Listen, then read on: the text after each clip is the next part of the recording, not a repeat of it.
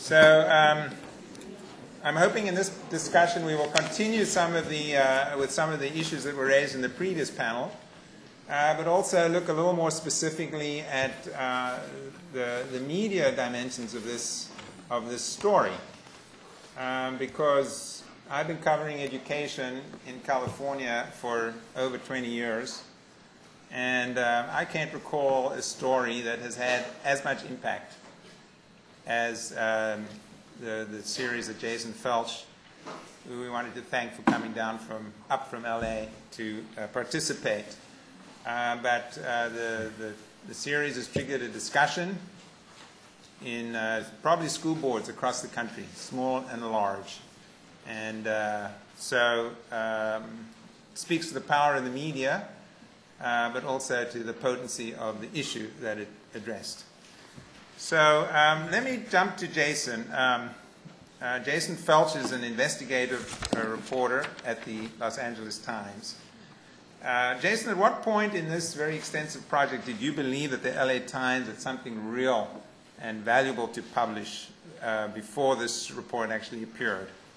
And has the uproar to the series from all quarters changed your views about its purpose, as the LA Times stated, an important service in the belief that parents and the public have a right to this information?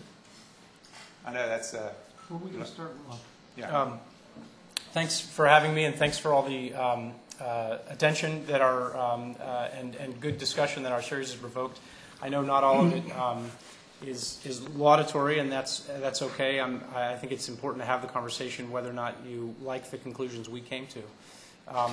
The series began about 2 years ago. A colleague at the paper had begun reporting on teachers who had been accused of criminal behavior, oftentimes abusing kids in schools, and what happened to those teachers. And what he found, in essence, was that it took about 5 years and hundreds of thousands of dollars for the Los Angeles Unified School District to dismiss these teachers. About a third of them had their cases thrown out in one of the various appeals levels, and that about 250 teachers at any given time were getting paid to sit in a room all day, what we call rubber rooms, while their case was being adjudicated.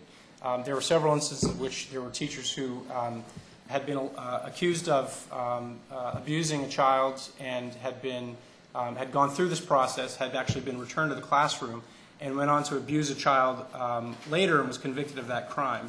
And so it became clear during the process of reporting out that story that the school district had a very hard time dismissing teachers who I think most people would agree should not be in front of students all day.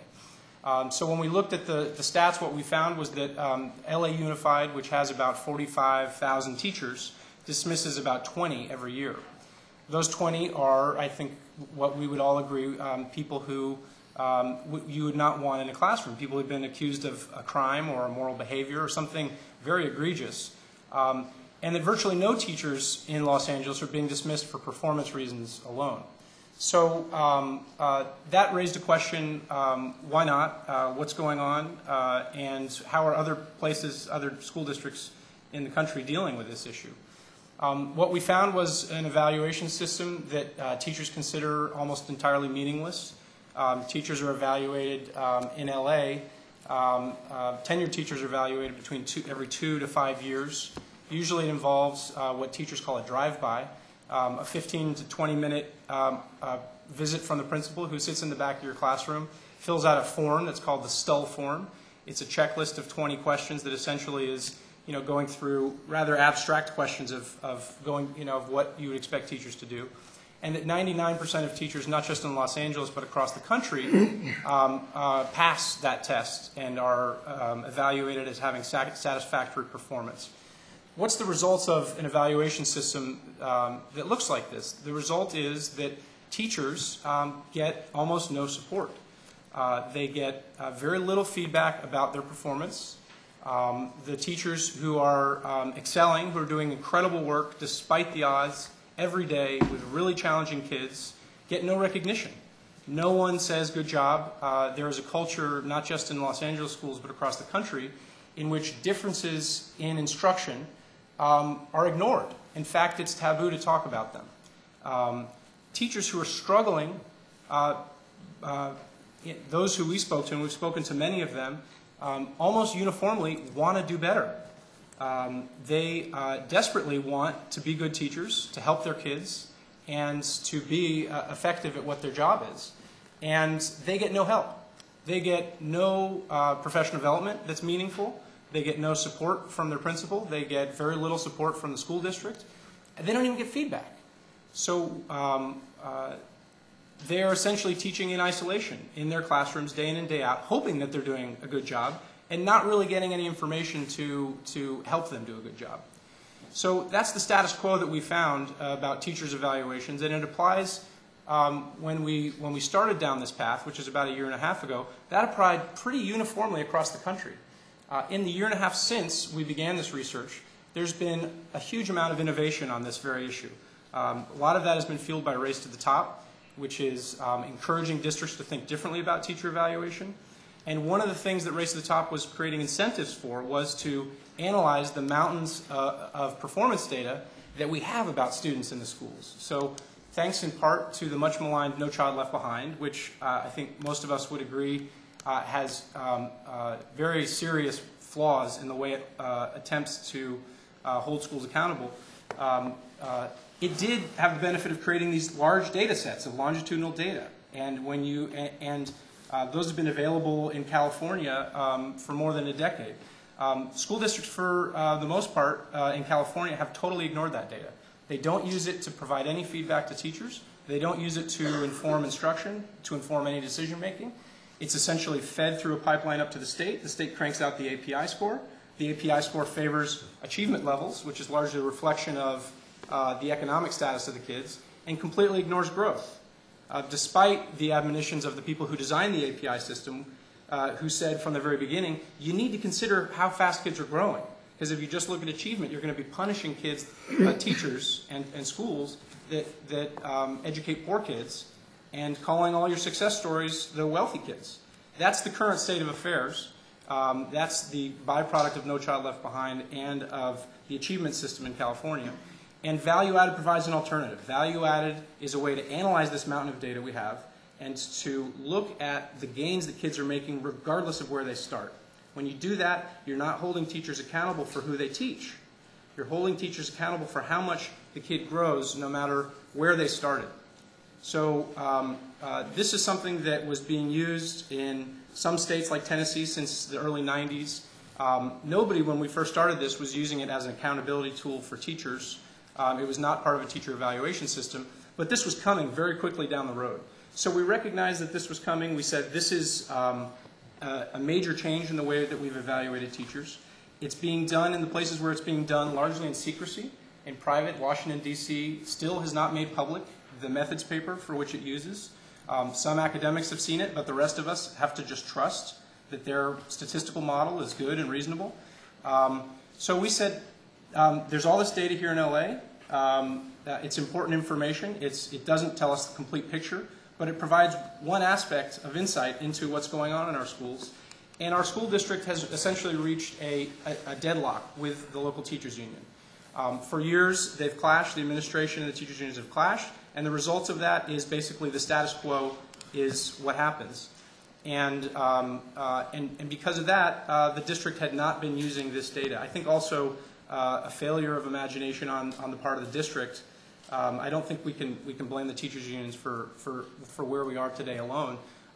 The district could have used this information without any negotiations with the union to inform exactly what was happening in their schools, to identify high-achieving schools that had terrible levels of growth, that were doing a disservice to those high-achieving kids, to identify schools with lots of poor kids who all started the year way behind in terms of their grade level, but were making incredible strides year after year. So this was being ignored. We felt like that shouldn't be the case, and that was the motive, in a very long-winded answer, Louis, I apologize, for what got us down this path and why we decided to analyze this data. Teacher evaluations is one component of it. It's being rolled out across the country in ways that are usually not transparent, and our effort was to put this information in the public's hands be very transparent about how we did it, about what the limitations of it were. We've made clear in everything we've written that there should never be the sole factor used to evaluate a teacher, but that it is a measure of how their students perform on standardized tests. That and that alone, and that parents ultimately should be the ones to decide how important that is for their kids. Not the teachers union negotiating with the district, not the education board, but parents. Parents deserve to have this information. It's public record information, and parents have a right to be aware of it and to factor it into their other decision making about the education of their children. Jason, can I just ask you to speak to this briefly, because I'm sure we'll come back to it, but the decision to publish the names of the teachers, what went into that? And this was a decision that we considered very carefully over a very long period of time and had a very rigorous internal debate about and talked to a lot of other people about, including people in this room. We knew it would be a controversial decision, and we knew that essentially, at its essence, the decision had to be a balance. And what we felt like we were balancing was the reasonable expectation of teachers for some degree of privacy, to not have their name up in lights just for doing their job. That reasonable expectation had to be balanced against the realities of the public policy debate and the status quo in Los Angeles Unified, and against the interests of the parents who, after having done this analysis, we knew there were thousands upon thousands of parents whose children every year were being assigned to ineffective teachers. And you can see, even looking at the raw test score data, what happens to those kids. Those kids are getting shortchanged by the education system. And we, having conducted this analysis, knew who those teachers were. And we knew who the incredible teachers were. And we knew that the incredible teachers weren't being identified, or celebrated, or studied, or anything. And so that was the balance that we felt like we had to strike. The reasonable expectations of the teachers, the political realities and the policy realities of our local school district, which had ignored this data for a decade, and which was essentially at an impasse with the teachers union on these issues, and the reasonable expectations of parents and children to get a good education in their public school. In the end, we decided that making this information available to the public and to letting parents know some piece, even if it's a limited piece of objective information about their teachers, who matter far more than the schools, that was something that would be worth doing. Okay. If any of you have questions, what I'd like to do is raise your hand, and somebody here will come and collect the questions. And also, if you want a card, raise your hand, and maybe people will give you a card to ask a question. I'm now going to go to Susan Rasky, who's a senior lecturer at UC Berkeley's Graduate School of Journalism. She was the congressional correspondent for the New York Times, amongst many other assignments, and she was a winner of the George Polk Award for national reporting, and has also been covering California politics and policy for many years. So, Susan, as a journalist and a journalist instructor, what is your general reaction to the LA Times' initiative, and what, if any, lessons does it hold for your journalism students? It's a great, seeing we're at the university. It's a great ethics lesson. A couple of things by way of disclosure. Jason is a graduate of our school, and I know him and love him dearly, though we haven't discussed this, we haven't seen each other until today, number one. And number two, the LA Times is my hometown paper. It has gone through a terrible time under terrible ownership by evil people in Chicago. And I want to make sure that nothing that I say today is 90% of the reason I'm here today is to make sure we don't shoot the messenger. 10% of the reason I'm here is because I disagree with the decision to publish those names, but it sounds to me like the LA Times had the kind of discussion internally that we tell our students you should have. What do we know? How do we know it? What don't we know? What are the limitations of what we know? And what are the stakes if we publish it? It seems like that's exactly the discussion that the LA Times went through, which is to the good.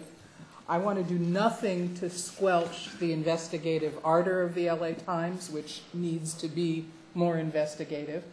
And I wish, in some ways, that it were not Jason who was here, but his editors, because Jason's job as part of the reporting team on this, especially on a 2-year project, is to argue like hell for it to be published, and to be published in the most dramatic and important and informative way it can be published.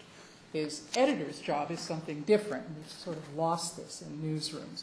So had I been his editor, I would have been on the side, or one of his editors, I would have been on the side for not publishing because of the imperfections we've talked about here. But A, there's room for disagreement. I have other points I would make about it. I would just say that the final lesson of this, to me, is that it reminds me a lot of where we were journalistically in reporting political polls about 30 years ago, not way back when we had the Literary Digest poll, which was complete fraud, but where we were about 30 or 40 years ago when we were just beginning to understand random sampling and error that is beyond sampling error and margins of error. I mean, we use these terms, we let the political consultants use them on us, but we didn't fully appreciate or understand them or understand the impact of when we published. And if we try and think about this debate going forward, you guys, you educator guys, are the people that that need to help us the way the political scientists came to help us. I mean, part of the publication of that reflects our frustration as journalists. I don't mean to speak for you, but my God, you know, find any opinion you want in the education community about what to measure, how to measure it, what its flaws are. And you know who most education reporters are in the newsroom? Not experienced investigative reporters. First or second year out of school education reporters struggling to figure out the difference between API and AYP, which still gives me epilepsy. So I urge you not to, in the strong feelings this has generated, I urge you not to throw the baby out with the bathwater here. The LA Times has done a very important thing. We should encourage it, and had I been inside, I would have screamed at you, publish the names of the top performers, don't publish the names of the bottom performers, don't get at the school board through the teachers, which is, I think, as an outsider, how it looked. Thank you. Susan Rasky. And I'm sure Susan didn't mean to imply this. I think it's true that most education reporters at newspapers across the country tend to be junior reporters, but I know some very senior education reporters No, forgive me, that's are true. here. That's, no, forgive me, that's true. Right. But the ones who have to go cover the schools are often very junior. Often, but we have some very good education reporters in the Bay Area and LA for that matter. And I want to go to Anthony Cody, who is a mentor and a leader of professional development for science teachers in the open schools. He spent 18 years teaching science at Bret Harte Middle School and is one of the district's first national board certified teachers.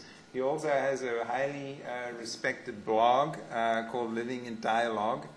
And as a blogger myself, I read other people's blogs.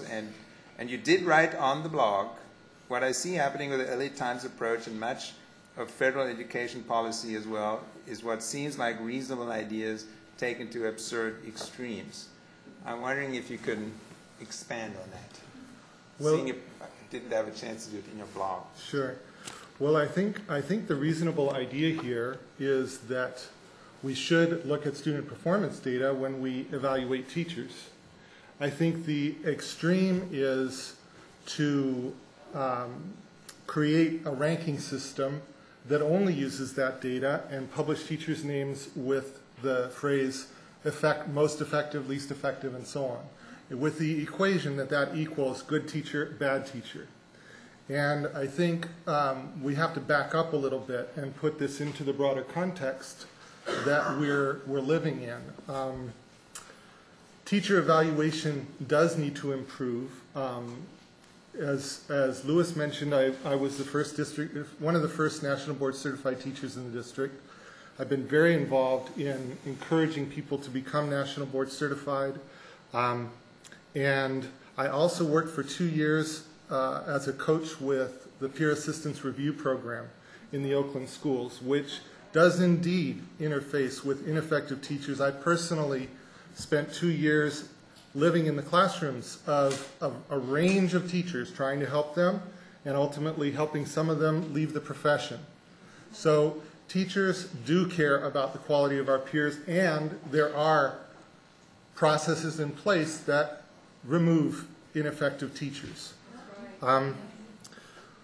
We also have, it's also not true that there are not teachers, that the teachers are not concerned about teacher evaluation. I have been working with a group called Accomplished California Teachers that is derived off of the National Board Resource Center at Stanford, and we have spent the last 2 years preparing a report that is entitled A Quality Teacher in Every Classroom, an evaluation system for California schools that looks in depth, not just, it looks in depth at the flaws in the status quo and offers real solutions that break down the isolation that Jason very rightly pointed out is a problem. Unfortunately, I think the strategy that the LA Times took is likely to increase isolation and fear rather than build the culture of trust and collaboration that we need, that is the foundation of good school administration. What we're witnessing is nothing short of a war on America's teachers. Here's some of what I heard in the past week. If you've been tuned in, you're aware that NBC has been hosting Education Nation. Oprah had 2 shows last week featuring, promoting Waiting for Superman. I heard Bill Gates assert that America would go from the top, from the middle of international rankings to the top if only we could get rid of all these terrible teachers. There's no evidence that America has a corner on bad teachers, that we have a disproportionate number of bad teachers compared to other countries. We do lead the world, the developed world, in child poverty, with more than 20% of our children living in poverty, whereas most of these countries that we're being compared to have less than 5% of their children living in poverty. And I can tell you as an Oakland teacher that many more than 25% of our students live in poverty.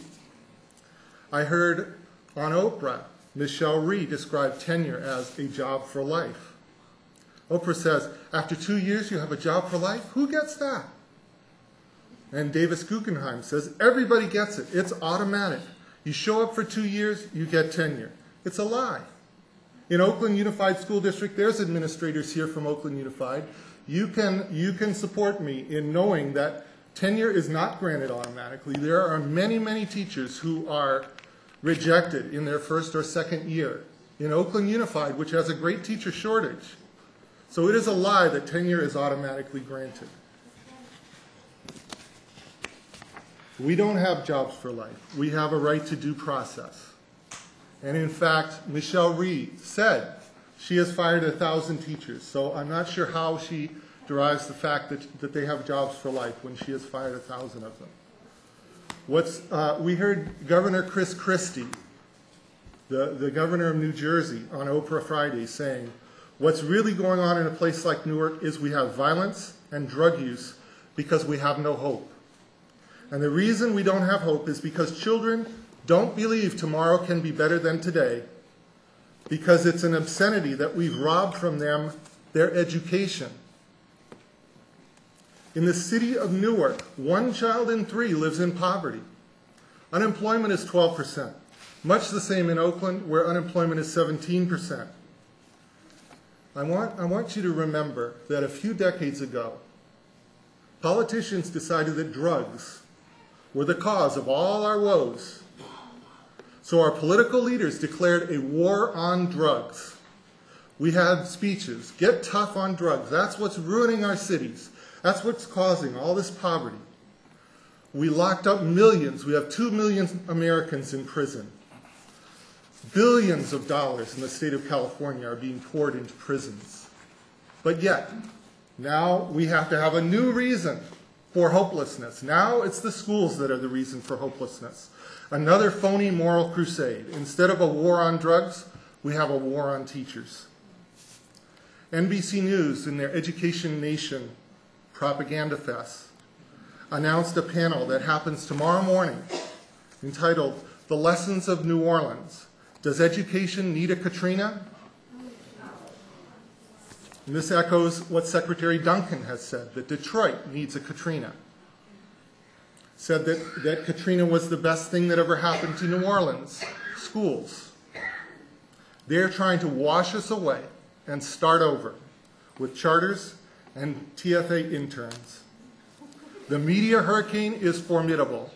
They have billionaires, they have Oprah, they have NBC News reporters and propaganda films, non-profit, for-profit charters, and others who stand to gain from this, all waving the banner of this phony crusade.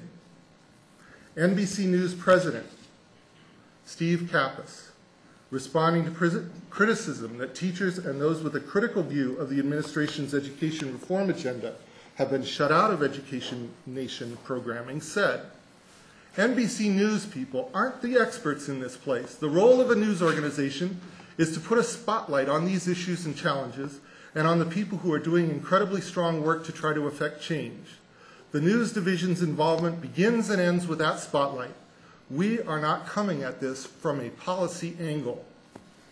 Anthony, can I ask you to, I'd like to move to Richard and then we can sit. I have just one more page, please. Can you All right, just I'll try to wrap it up. summarize and then Sorry. we'll come back to this. What is the role of a news organization? I thought it was to investigate and uncover the truth and share it with the public. In the case where there's a real controversy, a news organization ought to give a balanced perspective.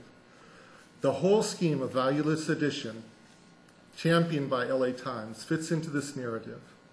Based on test scores and cursory observations by untrained reporters, the Times launched a McCarthyist hunt for bad teachers responsible for poor test scores.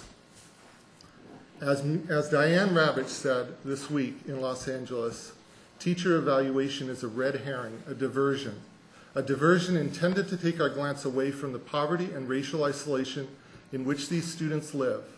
It salves the conscience of the billionaire boys club and enables them to blame hardworking teachers for the poverty and inequality that mars our society and hurts children. The barrage of unfair criticism against teachers, especially those in low-performing schools, is having a deeply demoralizing effect. One of those teachers was Rigoberto Ruelas, who took his life this week, a dedicated teacher in South Los Angeles for the past 14 years with a perfect attendance record. He was listed as less effective by the LA Times and has been depressed and upset since then. He may be the first casualty in America's war on teachers.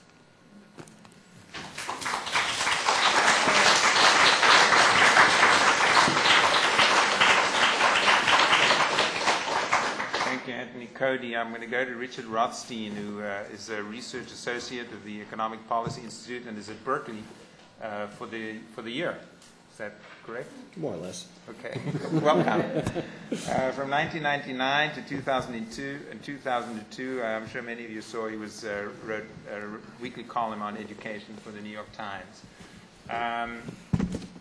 Richard Rothstein, do you see a war on teachers, and how is this playing itself out in the media?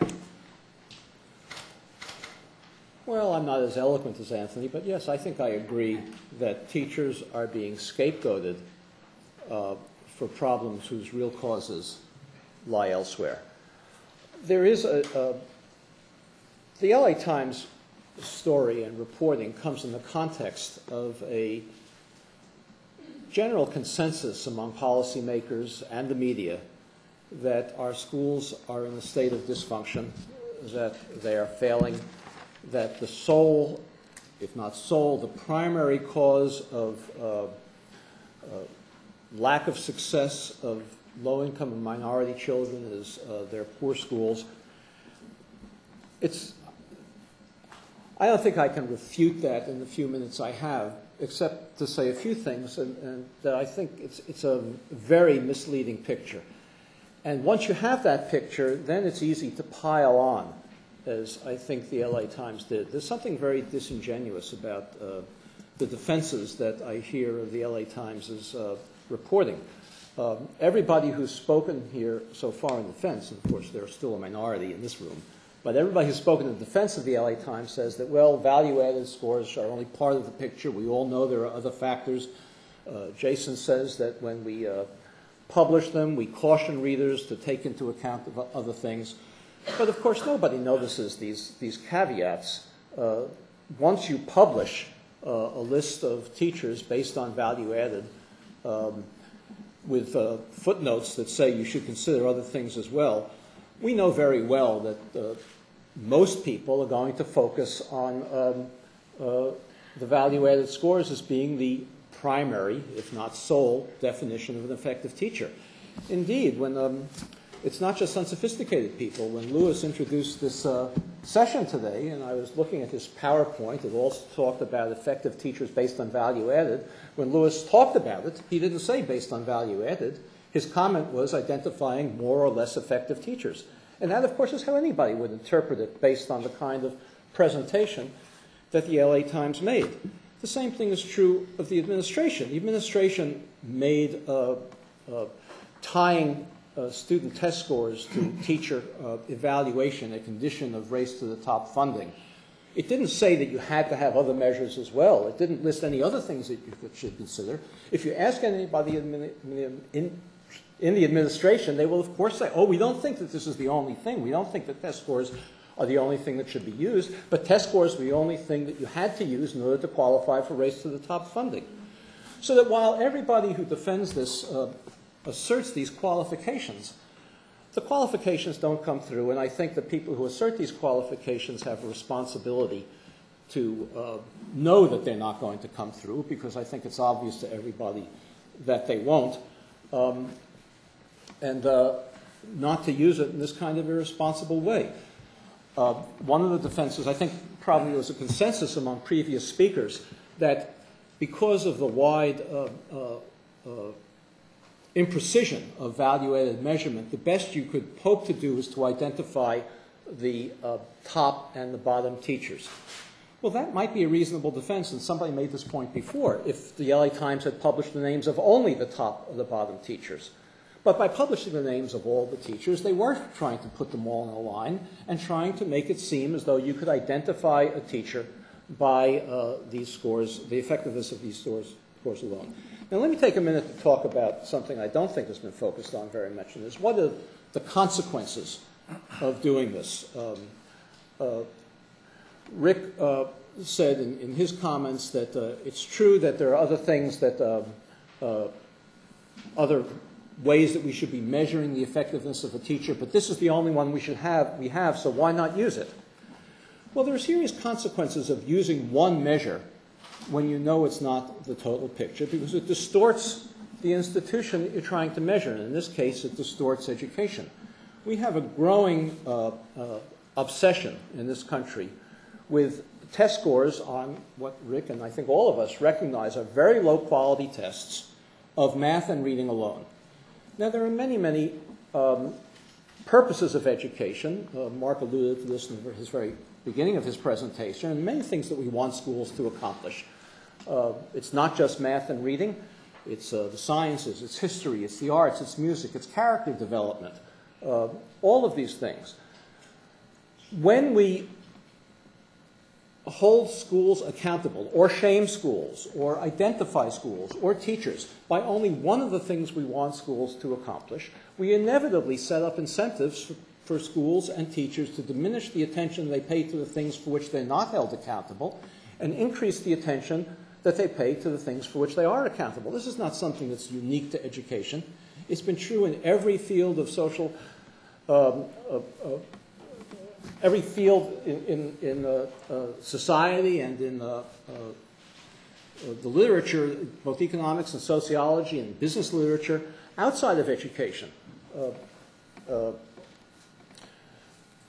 Medicine has a lot of purposes. Doctors have a lot of objectives. Medicare some years ago decided they were going to rank cardiac surgeons by the survival rates of their patients. Certainly it's something that's, certainly we want cardiac surgeons, patients to survive. It's as important as teachers getting high test scores.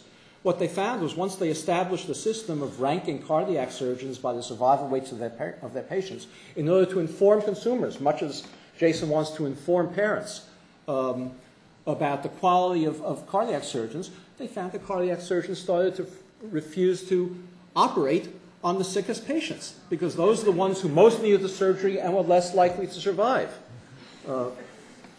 James Heckman, an economist at the University of Chicago, has spent a good deal of time analyzing the attempt to use narrow quantitative indicators for only part of an agency's performance in the whole area of job training and employment services. And what he found was when the federal government attempted to incentivize by rewarding job training agencies, employment agencies, for the number of people they placed in jobs, they started to shift their attention from training for jobs that lasted a while to short-term jobs that were easier to place. The same thing is happening in schools today as a result of this obsession with test scores in math and reading. We have survey data that show that particularly in the schools serving the most disadvantaged children, schools have been diminishing time they spend on history, on the sciences, on the arts, on music, on physical education, in order to focus on boosting test scores because that is how people are being measured. When they do that, of course, they not only focus on math and reading, but they focus on the techniques of test taking in math and reading, which is not the same as math and reading. Even if all of the caveats that have been stated in this session so far did not apply, and even if value-added measurement were a perfect measure of teachers' effectiveness, it's not the perfect measure of teachers' effectiveness in teaching math and reading. It would be a perfect measure of teachers' effectiveness in getting high scores on low-quality tests of math and reading. And that is what we're incentivizing. Now, it's true that we could develop much better tests. We could not, I don't think, I disagree with Rick, we could not develop a test that was such an accurate representation of the full curriculum that teaching to the test would be a satisfactory goal for teaching. But we could develop better tests. But until we do that, it's irresponsible to distort the curriculum, to distort the incentives of education by putting this enormous attention and weight on one measure, which everybody agrees should be only one measure of a teacher's effectiveness. Thank you, Richard.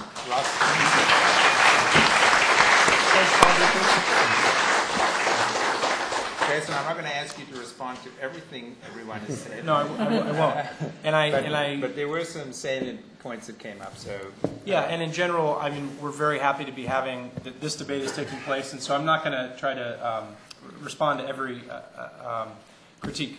I will make one important point.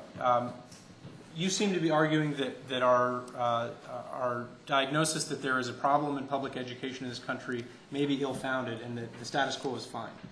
That's not what I said. I didn't say anything like that, so if you're going to give me an opportunity to respond, then I'm going to get a response as well. Let me say this then. Let's just say you didn't say that. Thank you. Yeah, those who raise criticisms of the value-added approach have lots of ammunition and lots of reason to do so, and there's very valid criticisms of value-added. And what I hope this debate leads to is a conversation that weighs the limitations and benefits of value-added against the other ways in which we currently have to evaluate teachers. Because a lot of the current debate is amongst statisticians arguing about arcane statistical issues, which are important and need to get resolved. What we don't talk about are the limitations or the error rate of principal evaluations, sitting in the back of the classroom for 15 minutes once every 5 years. That's the status quo in many schools in this state and this country, and that's what we need to be talking about. And if not that, then what? And if we spend all of our energy talking about the limits of value added, we've ignored how to put that in context in a new teacher evaluation system that gets teachers who are struggling the support they need, that finds a way to learn from the success of teachers who are having success, and finds a way to balance out the very real limits of value added with other measures that can get at some of the things we all would agree are important in evaluating a teacher. If we hold value added to the standard of perfection and it falls short and that's where the conversation ends, we really haven't gotten very far.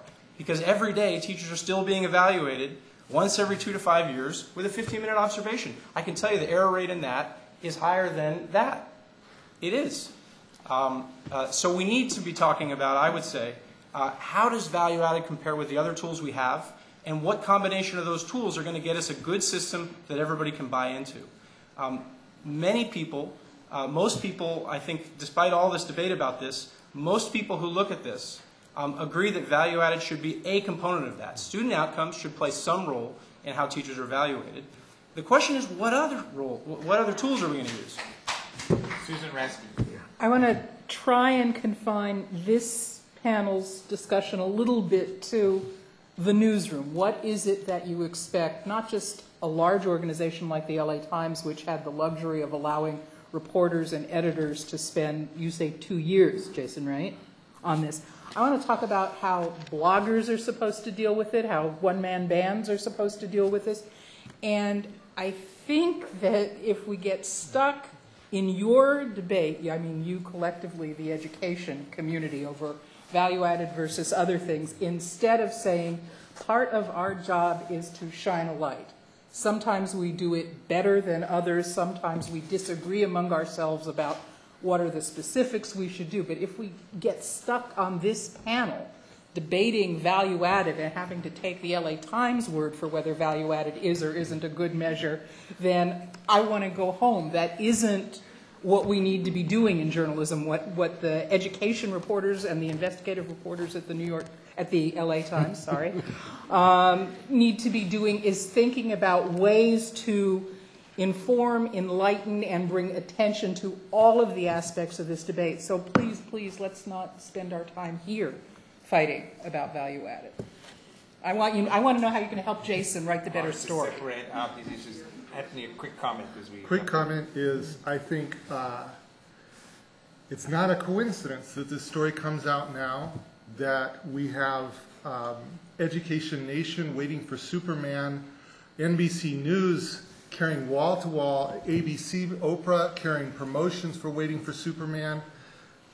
I think journalists need to look hard and fast. My definition of a good journalist is one that comforts the afflicted and afflicts the comfortable.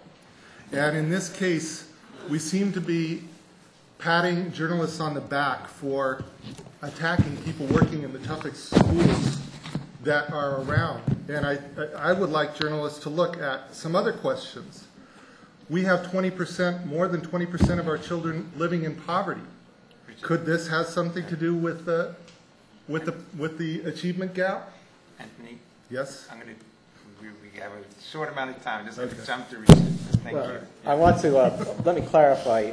I think Jason is a sophisticated enough reporter to know that there's a difference between saying that our schools are not in a state of collapse and they're not responsible for the inequalities that exist in our society on the one hand, and saying on the other that everything is hunky-dory and the status quo is just fine. Let me give you, in line with Susan's suggestion, let me give you an example of something I think the LA Times should do, which is completely absent from this debate. And as I said before, the context of this value added is in terms of the first thing I described, that we're in a state of collapse. Do you know that nationwide, the achievement on NAEP, the National Assessment of Educational Progress, 4th and 8th grade scores in math, for example, it's less good in reading, is now higher than the scores of white students were just 20 years ago? We have a system that has been improving at a phenomenal rate. Now, that's not to say there aren't bad teachers. That's not to say there aren't places that need to be improved. But if you read the context of this debate, you would think that in fact, if most people that I ask about this tell me that the achievement of black students has been getting worse. They tell me the achievement gap is growing. That's their impression from the media coverage of our schools, what our schools are doing. Now, the fact is the achievement gap has not narrowed very much. It's not narrowed very much because white students have been achieving at almost the same rate that black students have. But if we were giving a balanced picture of education and not looking for a culprit to blame a state of collapse, we would be promoting and talking about this success story. We would be looking at these, and nobody knows the answer to this. We would be looking at this phenomenal improvement that we've seen in the last 20 years and said to ourselves, this is fantastic. What have we been doing right so we can be doing more of it? instead of assuming that everything we're doing is wrong, so we should be doing less of it. Susan, you had a... No, I again plead with you not to let us get stuck in a debate that has been going on in your community forever, and instead to do for us what the political scientists did, what the political scientists and the academic political scientists community and the polling community did for us was actually step into our newsrooms and show us how to work with these numbers, how to broaden our focus, how to make some judgments. Some of it is simply time, but to the extent you keep hitting the messenger, Can I just respond to that? make this very I difficult. I have a question for Jason. Just to address some of the issues that have come up, and this is speaking as a journalist, when you are not a policy maker, so, you're not having to think through all the policy implications. But one of the questions that's come up is, would publishing these scores discourage teachers from going into the profession, or young people, if they think their scores are going to be, or going into these very difficult schools, as Richard Rothstein said. Now, is that something you thought about in terms of the consequences that this might have, and how did you deal with that? I mean, in general, I think as reporters, we can't get too caught up in in trying to predict what the impact of what you do will be. We're guided by certain principles. One is fairness. The second one is accuracy, and the third one is, are we doing a service to our readers? And those are the principles that guide us. And so, will this benefit the Obama administration's attempt to? That's not what's guiding our thinking about these things. What's guiding our thinking is this information going to provide information to parents by which they can make a decision? Will it provide useful feedback that the district has never provided to teachers? That's the kind of thing that we think about. So, but yes, there are policy implications that flow from what we've done. We're not here. There's two questions. One is, do you look at this data? There's a mountain of data that exists. Do you look at it and analyze it? We decided yes. Another one is, with the results, what do you do? Do you pay good teachers more? Do you fire all the bad teachers? There's a myriad of different things that you can do with this information. And we're going to be writing about the different ways in which this information has been used. But it is not for us to make policy recommendations. That's not our role. Can I address Susan's point? Because what Susan was talking about is, and it echoes what Steve Kappas said, that they are not policy experts. They bring in experts to help them shine a light on these issues. But what we've been seeing on Oprah twice last week, on Education Nation, complete absence of working classroom teachers from this discussion. There is no... Sorry, the most highly rated teacher in our database was on that Oprah show. She was part of the discussion, and she was present in the studio. So I'm not disputing his criticism of the whole picture, but I'm just saying there were teachers involved in that conversation. And I don't want to hold put the LA Times investigative unit, and I hope the future of investigative reporting at the LA Times, on the same level as Oprah, the MSNBC, no reporter, all opinion news. I think if we're going to have this discussion, we need Can I to... ask just one? We'll get a question. I've been taking some of my questions from the questions here, but there is a question for Jason. What plans does the LA Times have to examine and publish other forms of teacher effectiveness or any other counterpoints to value added? In other words, the point you've made many times is, we are not saying this is the only measure, but this is the only measure that you've kind of put out so far. Yeah. So how do we balance that? Because we're in a situation where we know this is not the only measure. We've explained in every story we've written, in order to look at scores on the database, you have to click through a screen that says this is only a narrow measure. It only looks at standardized test scores. So we've done everything we can to communicate to everyone who looks at the database. This is a narrow measure that shouldn't be used in isolation. But you make it public, and some people may reach that conclusion. I think Richard doesn't give enough credit to parents who are more sophisticated than I think you think and are actually able to take this information and put it in the context of all the other information they have. I think it's a disservice to assume that people will knee-jerk, use this as the only measure. I don't know any parents who would work like that. But there is an issue. So what else can we put out there? And the problem is, and I think this is a major problem that the education community needs to wrestle with, is there are not very good other measures. The other measures that we have not been tested nearly as much as value added. They haven't been studied. Their limitations are not as known. And that's a crime, because we don't want to be stuck only with value added at the end of the day. We want to have robust other measures to balance out the limitations of value added. There's a lot of work on this issue going on around the country. People are taking the Charlotte-Danielson framework and all the different rubrics that we have for trying to determine who the effective teachers are and testing those and seeing which ones are rigorous and which ones are junk. That work needs to continue. It needs to be, folded into this. Sadly, that information is not available to us. The counterpoint to our database is the opinions of principals and teachers and parents at the schools, which parents have access to, and it's the voice of the teachers, which before we ever made our database public, we let every teacher who was in it review their scores and post a comment that is prominently displayed on there to provide the kind of contextual information that we can't en masse. So they had that opportunity. That's another piece of point. But if your question is how should parents use this information, they need to take this and add it to all the other subjective measures that they have about performance and then come to a conclusion. The problem with dictating the percentage that value-added will play in teachers' evaluation is that that's something that different parents would weight very differently.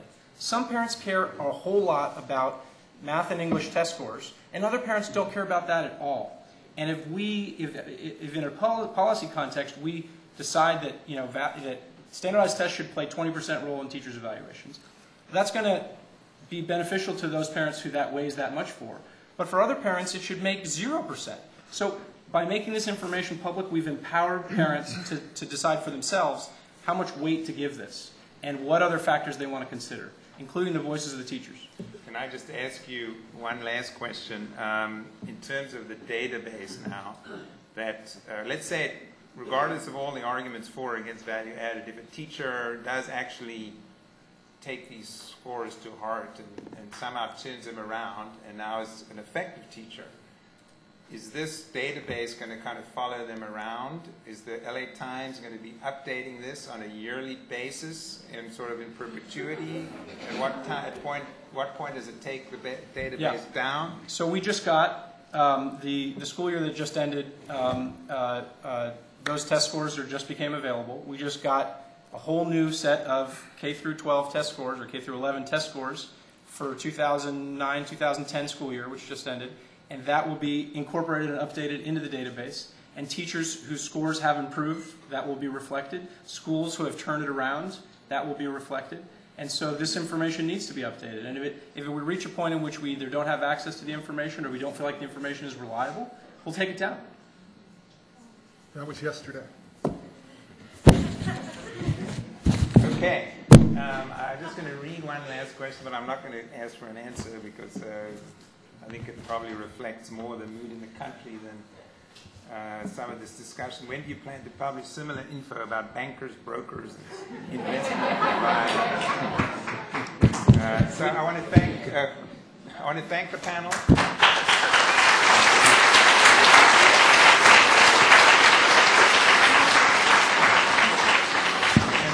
They will be available to respond if other questions come up during the next panel. So I'm going to ask the next panel, they can stretch and don't leave the room, and we'll ask the other panelists to come up. Thank you.